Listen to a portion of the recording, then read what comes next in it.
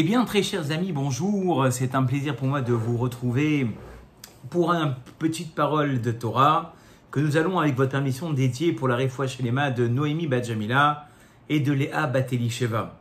Une Mishnah qui paraît tout à fait surprenante dans le dernier chapitre des Pirkei Avot.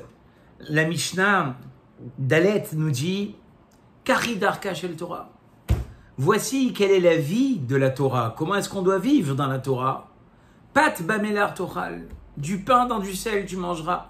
Ou maïm bamesura tishte, et tu boiras ton eau avec mesure. Ve'alaret tishan, et tu dormiras par terre. Ve'imata oseken, et si tu fais ainsi, ashrecha baolam hazeh, tu es heureux dans ce monde et tu es heureux dans le monde futur. Cette Mishnah, très chers amis, paraît effectivement surprenante. Est-ce que c'est ça la vie dans la Torah?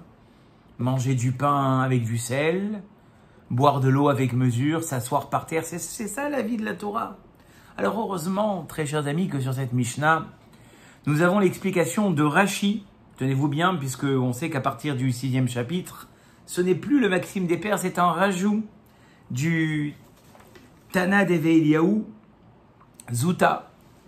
Eh bien, Rashi, sur ce 6e chapitre, va nous dire la chose suivante. Et dans ces mots, parce que c'est extraordinaire, très chers amis. Lo ala ashir ou omer sheyamod bechayet sa'ar kedelil mod Torah. On t'a pas dit de chercher à vivre une vie miskène, de descendre de ce que tu as, de vivre de façon déshonorable. Il n'en est rien. Et la rik et amar, c'est comme ça qu'il faut comprendre. Afilou en le adam et la pat bamelar ve'en lo ela kede kar vakeset lishon ela al haaretz. Si chas v'shalom, un homme est arrivé à la situation finalement de se retrouver à devoir manger du pain dans du sel et à dormir par terre parce qu'il ne lui reste plus rien, parce que la roue a tourné pour lui, alimna mila asok, et que quand même il reste attaché à la Torah et les mitzvot. Il continue de pratiquer Sofo lilmod otam et osher. Rashi nous dit un secret, Akadosh Baruch Hu viendra le délivrer et l'extirper de ses problèmes.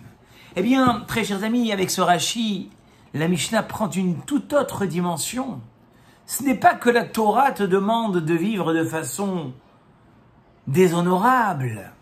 C'est que quand bien même dans la vie de tous les jours, il t'arrive des catastrophes financières, morales, familiales, et que tu as envie de tout lâcher. Rashi dit, si tu es prêt à faire cet effort de t'accrocher, et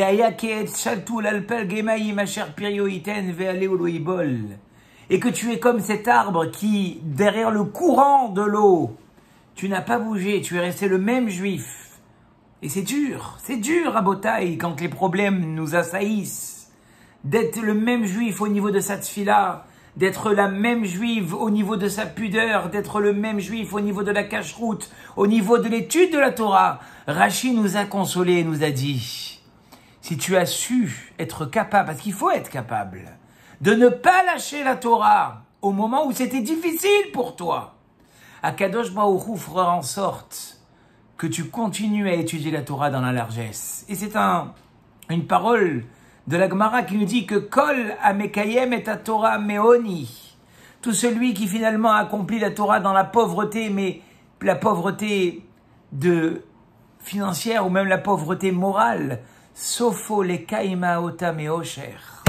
Viendra un jour, les Chachamim nous l'ont promis, où Dieu, par le mérite de sa prise en main, lui donnera l'opportunité d'accomplir la Torah finalement, avec tout le bonheur et toute la largesse. Il y a peut-être ici un secret, tes chers amis. Le secret de pouvoir sortir, comment sortir de ces problèmes, comment sortir de ces soucis, c'est en montrant à Dieu que la pratique ne s'arrêtera pas à mes problèmes et à mes soucis, mais qu'elle continuera à se perpétuer. Là, Dieu dira, je viendrai moi-même me charger de te faire de ta vie une vie comme tu voulais la voir, afin que tu continues à pratiquer comme tu as su continuer à pratiquer quand cela n'allait pas. Je vous souhaite une très bonne après-midi, de bons préparatifs pour la fête de Shavuot. À très bientôt pour un Selfie Torah.